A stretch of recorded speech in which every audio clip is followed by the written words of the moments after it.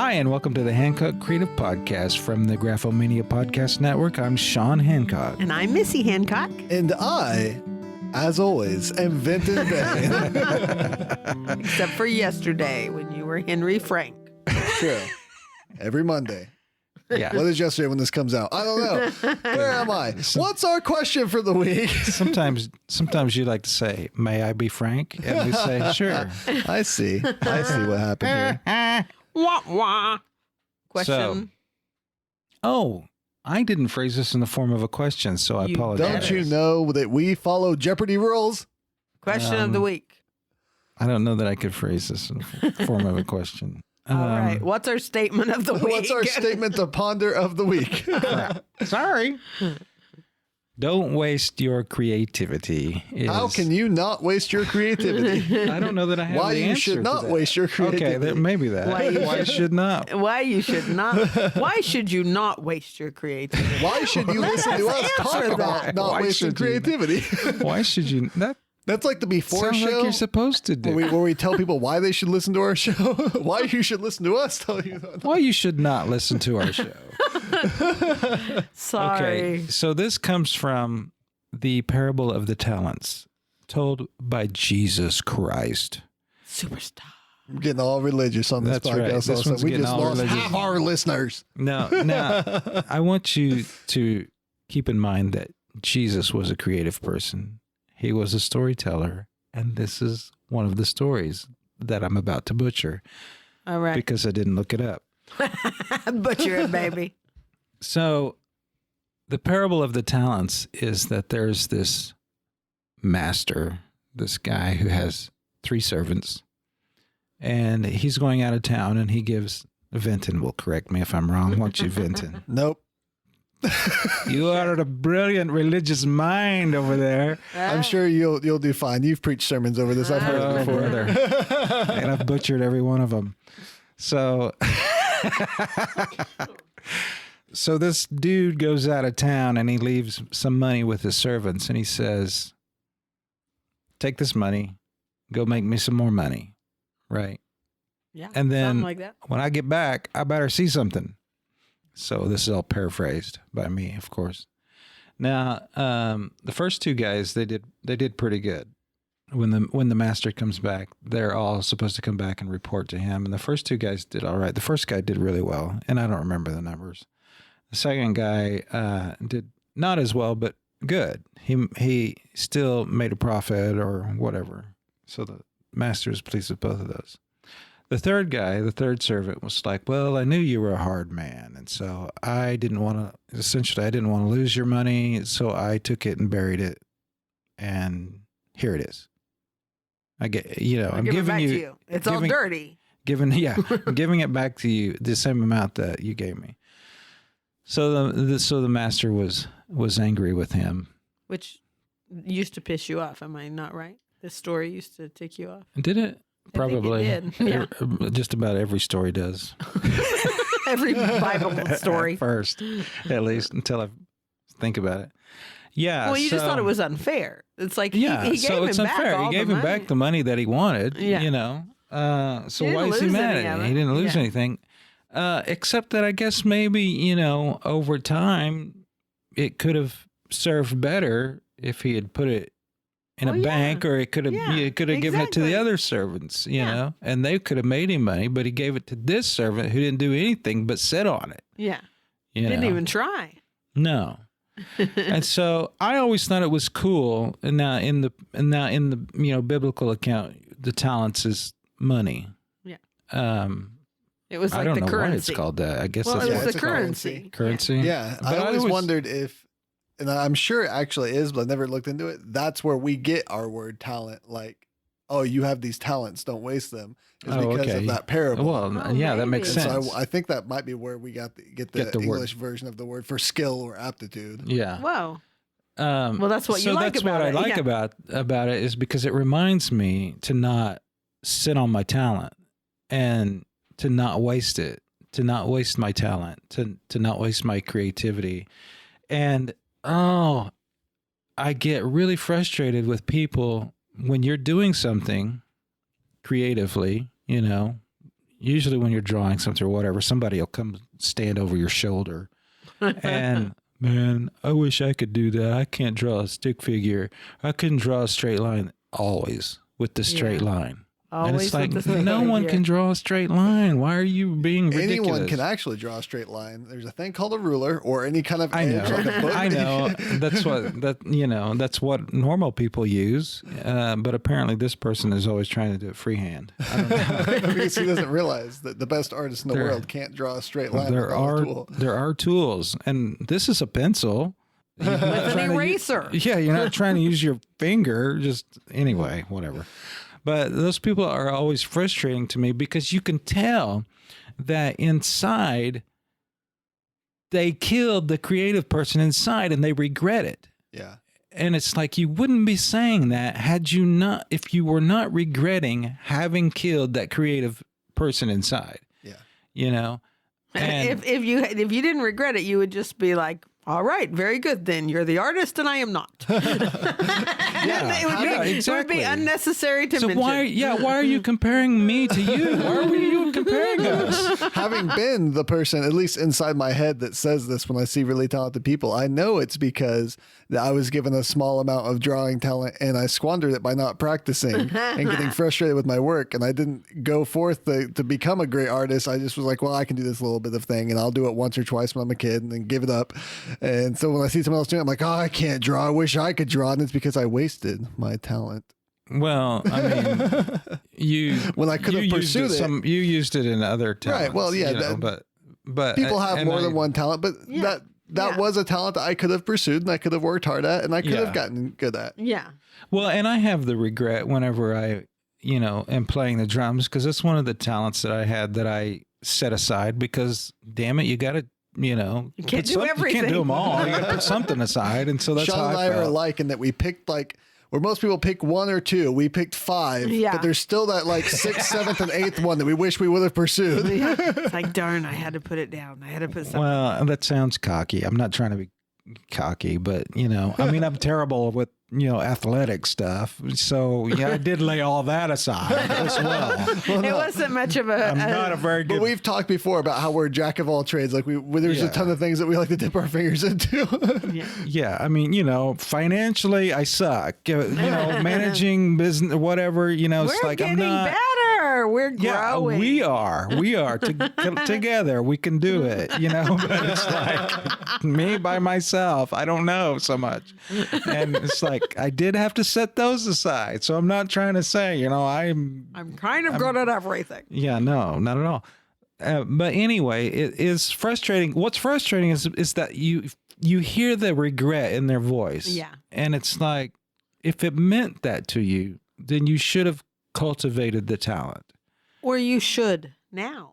Or now, exactly. It's not too late. You're not dead. If you have breath enough to say, I wish I could do that, then you have the time to do that. Yeah. Right. Yeah. Or something creatively. Yeah. Maybe you're not good at drawing, but you might be good at something else. Yeah. And I think it was Andy Warhol admitted that he was not and a lot of artists. Very good at drawing. Yeah, was not very good at drawing. And a lot of artists are like that. They're not very good at drawing, but they still are able to find success in some creative avenue. Yeah. See, to me, that's surprising, though, because, he's a visual artist, famous for that. Yeah. But, as you learn more, you realize that that's the case with a lot of artists, is that they're not very good illustrators. Yeah. Which is different than creating images. Right. Yeah. Illustrating is not the same thing. Yeah, no, I mean, but anyway, I just, it really bothers me to hear that. And there's almost, at the same time, I don't know, some sort of weird condescendingness to it. I don't know what it is, but there's a weirdness to it. It's almost like I put away childish Yes, things. Exactly. It's something like that. It's the hint of that. I put away childish things or something, But yet at the same time, I admire that you held on to it, And so it's like, just go away. You're putting off weird vibes. I hate it. So what does this have to do with the parable of the talents? Well, the parable. Well, it's just. Or are we done It's with just that? that. Well, no. I mean, the comparison is that there's just that dude who like didn't grow it. Yeah. He just sat on it, or he Yeah. just, and that's how I picture it. I don't know that he sat on it, but he dug a hole, he buried it, you know, Yeah. and then he just like forgot about it and then came back to it when the master came along and said, "Where's the talent I gave you?" Yeah. And that's how we do. We listen to bad advice and we just put away the talent, put away childish things or whatever, and we don't grow it. We don't cultivate it. We don't nourish it. We don't practice. We don't believe in it. And so we don't keep pursuing it and pushing ourselves to be better and better at it. And I've been guilty of saying that, you know, you can make a living at this creative thing, and it's true. But I don't want people to think that you have to make a living at it. I think that we believe that whatever we choose to pursue in our life has to be the thing that we make the living at. It has to be the thing that makes money. Yeah. And so we're thinking, okay, well, I have this artistic desire, but I can't make a living at that. So I'm not going to do it. Instead, I'm going to do this other thing. Right. And then you don't do the creative thing. And then, you know, I mean, what do you do in the evenings? Go out to the bar? I mean, Exactly. You know what I mean? What do you... A normal person works 8 hours a day. And of course, a lot of people have to work more than that to survive. But the general thinking is 8 hours a day, 5 days a week. Yeah. And you have a lot more time than that. You do. And if there's something that makes you come alive to do, that brings you life, that brings you joy, that you want to cultivate, and that could inspire others, whether it makes you money or not, you should do it. Yeah. And that's, I mean, the mentality of a lot of people is, you know, I'm going to work hard during the day and then I'm going to go to the lake on the weekends or something, you know, and it's just like, that is the waste of time, in my opinion. Yeah. You know, and it's like, I understand that you need downtime, but it's like people will like waste their evenings watching stupid TV. Watching TV, doing something stupid. One of my favorite, which I like watching TV, by the way. I'm not trying to rag know, it, but not like every mindlessly. single- yeah. Yes, one of my favorite quotes regarding this is, "When I stand before God at the end of my life, I would hope that I would not have a single bit of talent left and could say, I used everything you gave me." It's Irma Bombeck, and she was a really famous humorist and writer in the 70s. 60s, 70s. Yeah, well, that's what I love that's that what quote. I It's like I used everything you gave me. Yeah.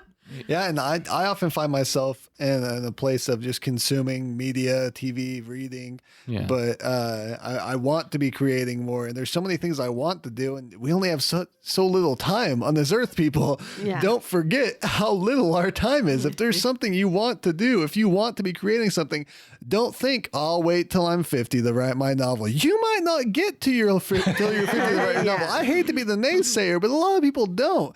And if you carry that mindset and get to 50, it could be that you never do it then either. So do it now. If you have the thing you want to do, if you want to pursue a talent, a creativity thing, pursue it. Don't worry about making the dollar on it. Don't worry about being perfect on it. Do it. It's the whole point of NaNoWriMo. Just put the words on the paper finally. Yeah. Stop worrying so much about it that it keeps you from doing it and just do it.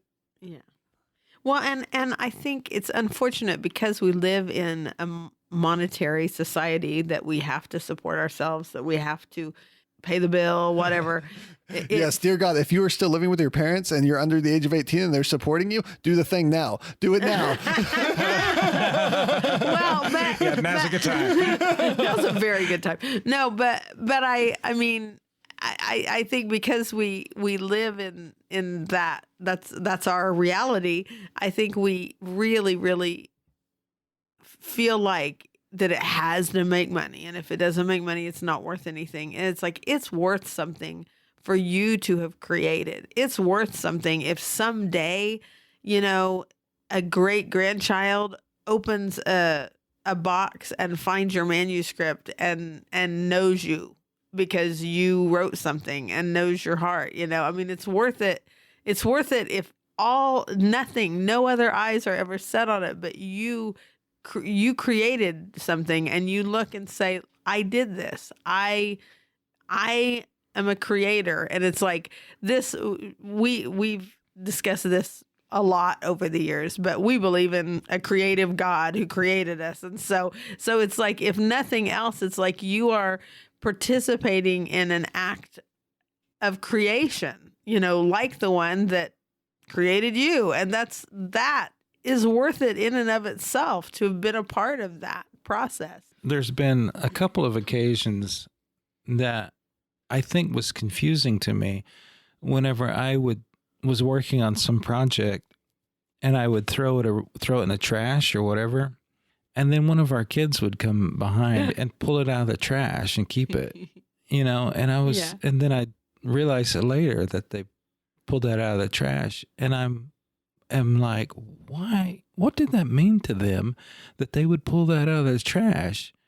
We are not necessarily the best judges of our own art. Yeah. We just need to have faith in what we're doing and believe that there are people, especially loved ones, that it means something to. Yeah. Even though we might not see the value in it, doesn't mean that someone else doesn't. And there is the sweetest book called Ish by Peter Reynolds. It's a children's picture book, and it's this little boy is being a perfectionist and he doesn't like his drawings and he keeps throwing them away. And you go into his little sister's room and the walls are covered with crumpled drawings that she's been pulling out of the trash and hanging up. And he's like, what do you do? What are you doing? He sees all his art that he's embarrassed by hanging on her walls. And he's like, that doesn't even look like a, whatever it is. That doesn't even look like a cow. And she's like, it looks cow-ish. And then he realizes he finds all this freedom in the sound ish, in the word ish. And it's like, and then he starts saying, hey, it does look cow-ish, and he starts creating ish drawings. And I just thought that's a beautiful story. I pretty much just told you the whole thing, but it's totally worth it. And everyone should have it, or at least read it once, because it's beautiful. Yeah, Stephen King may not have ever published his first novel had his wife not pulled it out of the trash can when he was writing it. Carrie. So, yep. yeah, that tells you anything. That's so mind-boggling. I mean, here's this guy that's like the master of the written word and ridiculously prolific to the point that it pisses me off a little bit. Yeah. So the point is, do it. Yeah. That's really the point. Speaking of ridiculously talented to the point of pissing us off. You talking about me? Who are our creative minds of the week? Oh, mine's a good one. Now, can I go first? Yeah. Okay. So I have this. I call him my dealer. He's my book dealer. And he's got a podcast on Graphomania as well called Read Brave Comics, and that is Corey Casto. Corey and is his your wife creative Scout. person? No, Corey should be at some point, yes, but no, I'm prefacing my guy. Oh, okay. Because Corey always hooks me up with my reading material, because sometimes I'm like, I need something to read. I need a fix, man. And he's also a librarian, and I'll text him and say, Corey, you got anything good for me? I really need something to read. And he knows what I like. And so he recommended a book called Easy Street, The Hard Way by Ron Perlman. And if I were a nice human being, I would know that the other name of the person. Vinton, are you doing magic fingers on your phone? there's a I think someone wrote it with him, and I forgot that name. But anyway, Ron Perlman, if you don't know who it is, which you may or may not recognize that name, he's a face you would recognize immediately back in the 80s, or I think 80s, early 90s. He was Beast in Beauty and the Beast, the TV show. You wouldn't version. recognize his face from that. He was Hellboy. He was in, Yeah, that's the he was most in recent. That, biker show. Sons of Anarchy. Sons of Anarchy. Yeah. Yeah, but he's been in, I mean, tons of movies, and just all sorts. He's very prolific, but he's fascinating. And this book so he is my creative person of the week. The book was written with Michael Largo, but I don't know how much they did because not even Amazon lists them as an author. I had to look at the cover of the book to see the name. I wondered about that because I do feel like he wrote a lot of it himself. Yeah, so maybe he was just more kind of as an editor to go through and clean it up. I don't know, but it is a great read. I think he took out all the dirty word, edited all the F words. Oh no, all those are in there. I told Maybe Shawn, he went in and added a few to keep up I his don't image of Ron Perlman. I told Shawn after I've been reading it, and I'm like 3/4 of the way. I probably should have saved him for next week when I finish it. I mean, the book might all fall apart in the next. I hate this man now. Oh my God, no! But it's so beautiful to spend time getting to know another artist's journey, and to see. I think that I often get this like grass is greener on the other side of the fence thing. I somehow think that these famous writers and these, artists that are doing their thing, they have it easy. They're on easy street. It's like it's like it fell together for them. So now they can do this thing. And that's the name of the book, Easy Street, The Hard Way. And his whole point is he's like, and then I was in this movie produced, that was by this Academy Award winning director. And it was my big break. And then I still had to pay the electric bill. You know what I mean? And it was just so refreshing to me when I was like, oh yeah, it's like, but he didn't quit. He kept going, and he knew that this was the thing he had to do. And he knew that his wife, what was beautiful to me too, is that his wife, before they were even married, when they first got together and stuff, it's like he says she always understood that this wasn't optional. Like this acting thing, it wasn't something that he could maybe do. It was the thing he had to do. It was, and whether it paid or not, that was the thing he had to do. And she was totally in. And I just feel like seeing the hard knocks, the hard way of his career is it would be beneficial to any creative person that is just trying to find their way. And it's an easy read. And what I was going to say earlier is I told Shawn, if I make it through this book without, starting to use the F word every other word, but it'll be a miracle. But because I actually don't do that. Yeah. I said that to one of my 20-year-old, and she's like, "What do you mean? You already?" I'm like, "Do that! Oh my God!" That's true. I would used to. I would say words that were like it, like flipping and things like this, and you'd be like, "You stop that!" I only did it because it bothered you, and those weren't even the word. Well, and we all know I do not have a clean mouth, but that one, it's not that I begrudge anyone using it. It's just I always feel like I'm. That's a very bad, but it works for him. I just got to say, it doesn't even bother me. I'm like, yeah, Evan. Yeah. So anyway, you got to read it. Got to watch some Ron Perlman movies. And thank you, Ron Perlman, for sharing your story. Awesome. My turn.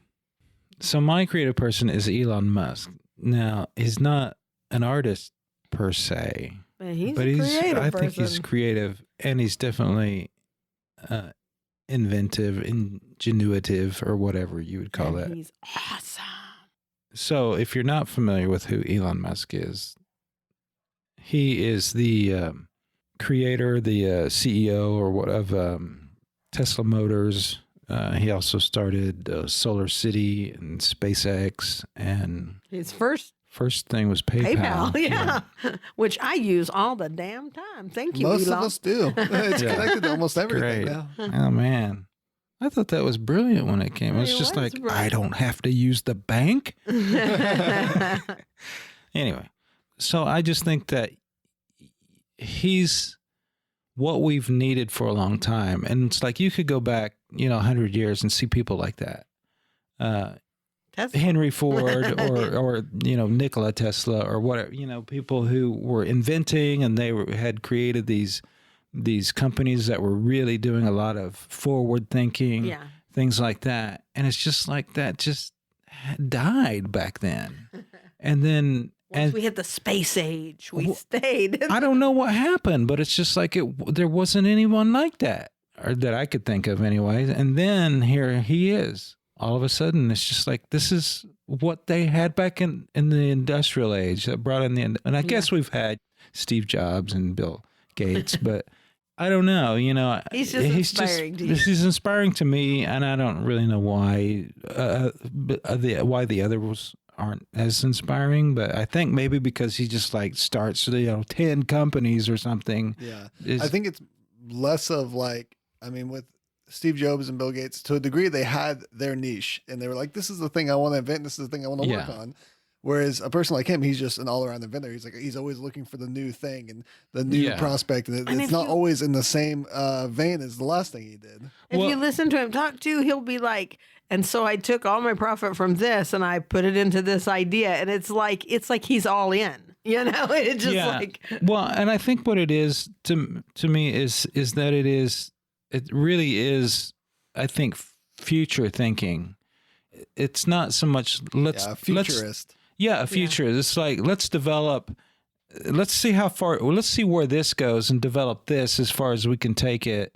It's really, I don't know. It's just like, I think that it's, in a way, he's kind of like, damn it, are we going to do this space thing or not? Yeah. You know, and I think that's what it is that really resonates with me. Damn it, are we not going to have electric cars? When the hell are we going to be the Jetsons? I know, and that's what I'm not the Jetsons. And I'm waiting. You know, at some point, I think he's going to say, "Damn it, are we not going to have hovercrafts or hover cars? Or damn it, are we not going to have androids? Damn it, are we not going to have?" You know what I mean? And that's like that resonates with me.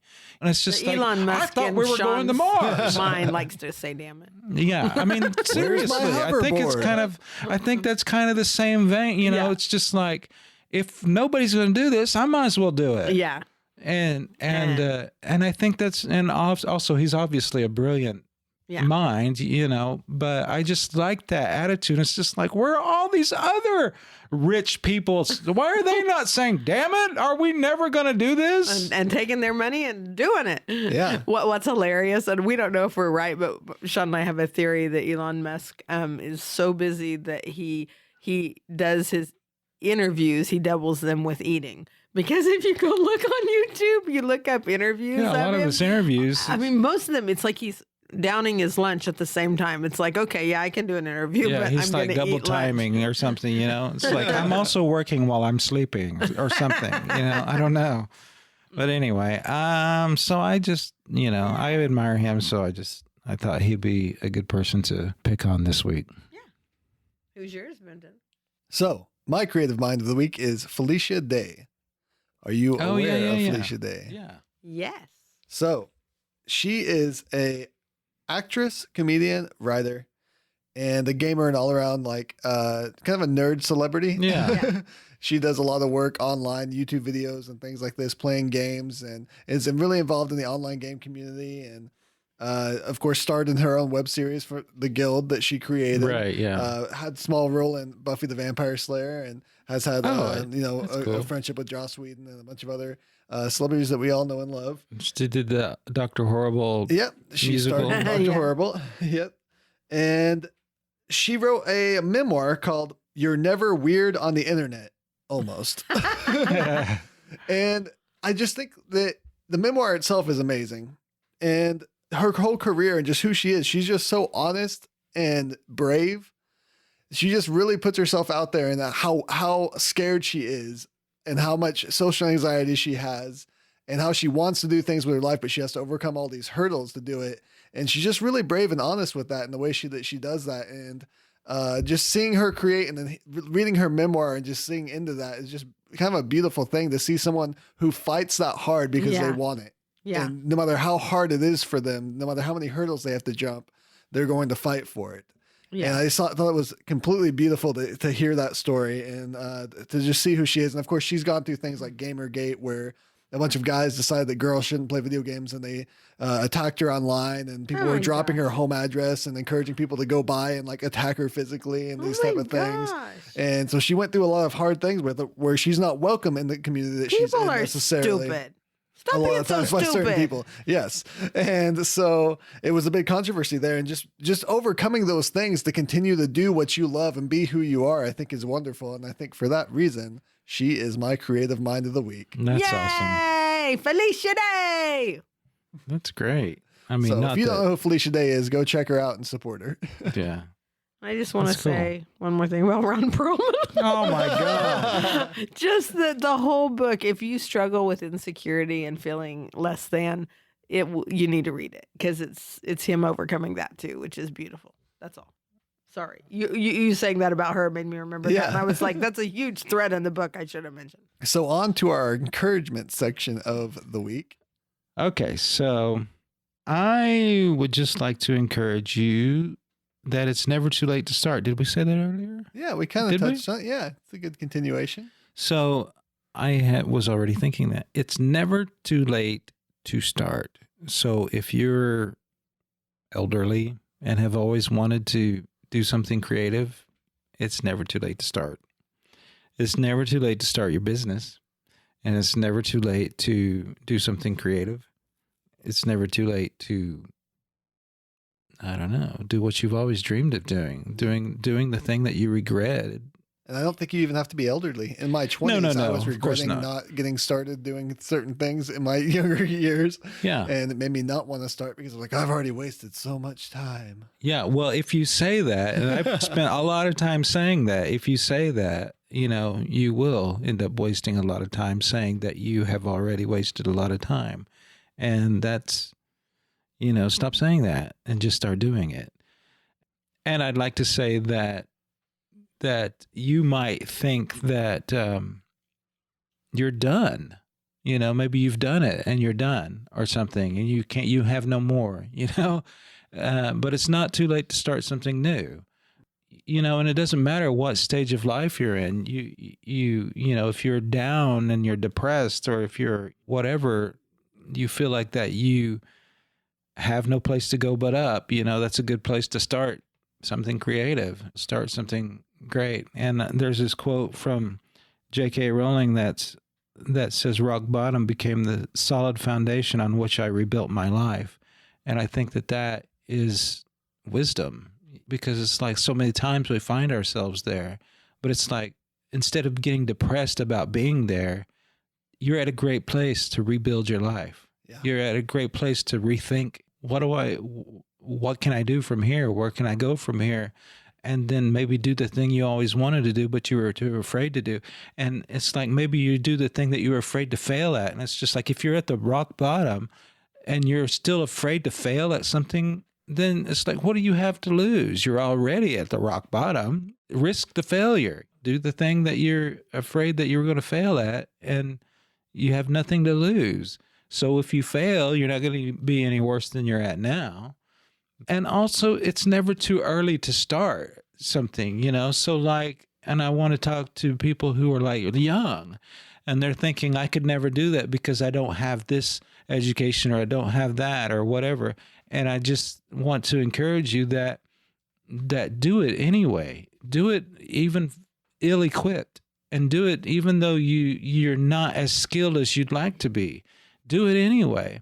And so many times I've seen people just, continue to develop their talent and their ability based on and what little they know. And then this uniqueness comes out, and this style comes out of their inability to be what they think is quality, I guess, what they think is professional, what they think is idea. Yeah. They just keep working at it and doing their own thing. And this uniqueness comes out, and this beautiful style, appears, and it's not anything that anyone would have expected. No. You just keep working at it, and you develop, you come out in all that. So anyway, that's the two things I'd like, it's never too late to start, and it's never too early to start. It's just, the important thing is to start. Now is the time. Yeah, now's the time. Right now, while you're listening. Do it right now. Right now. So, what is our creative prescription of the week, doctors? Do it right now, damn it. That one, yeah, sure. That would work. That was easy. No, we have been watching Muhammad Ali videos, which, oh my gosh, he's amazing. So, treat yourself. Go watch some Muhammad Ali videos. Yeah, so that's the prescription. Float like a butterfly right on over to YouTube. Yeah, specifically watch Muhammad Ali interviews, or watch video documentaries or whatever on Muhammad Ali.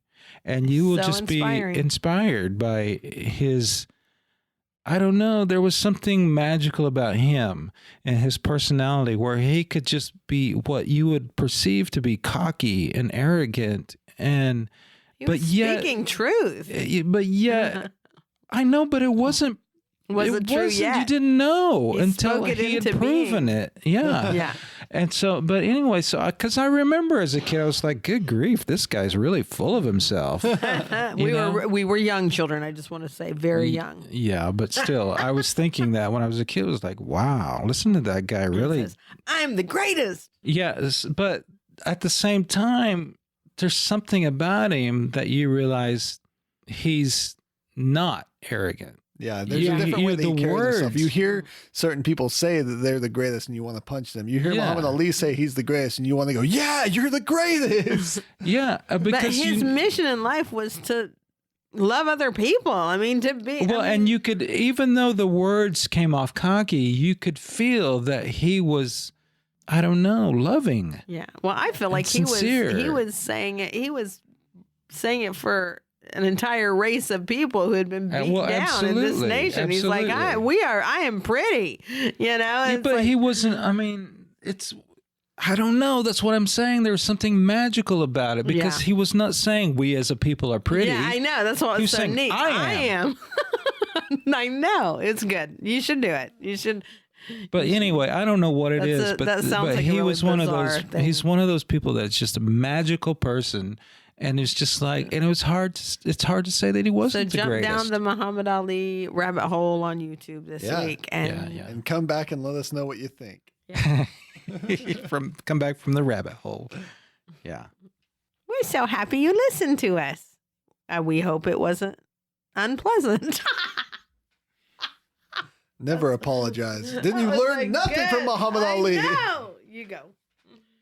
We have the greatest We are podcast. the greatest podcast.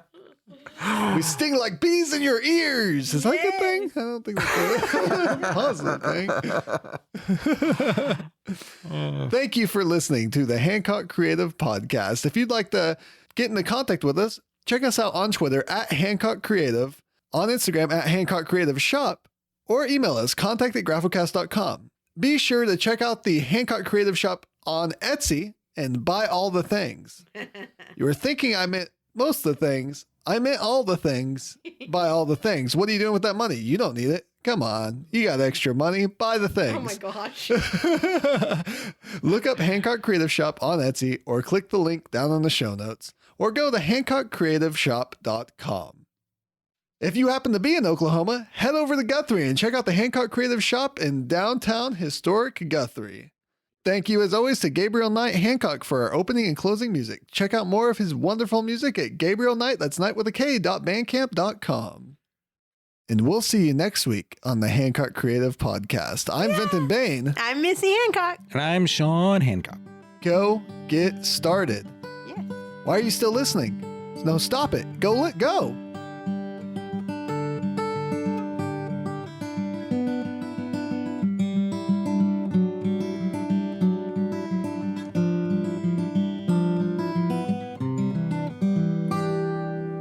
You're still here? Really? Come on. Go. Bye. This has been a Graphomania production. If you would like to hear more podcasts, go to graphocast.com, graphocast.com. Follow us on Twitter at Graphocast and like the Graphomania page on Facebook for news and updates.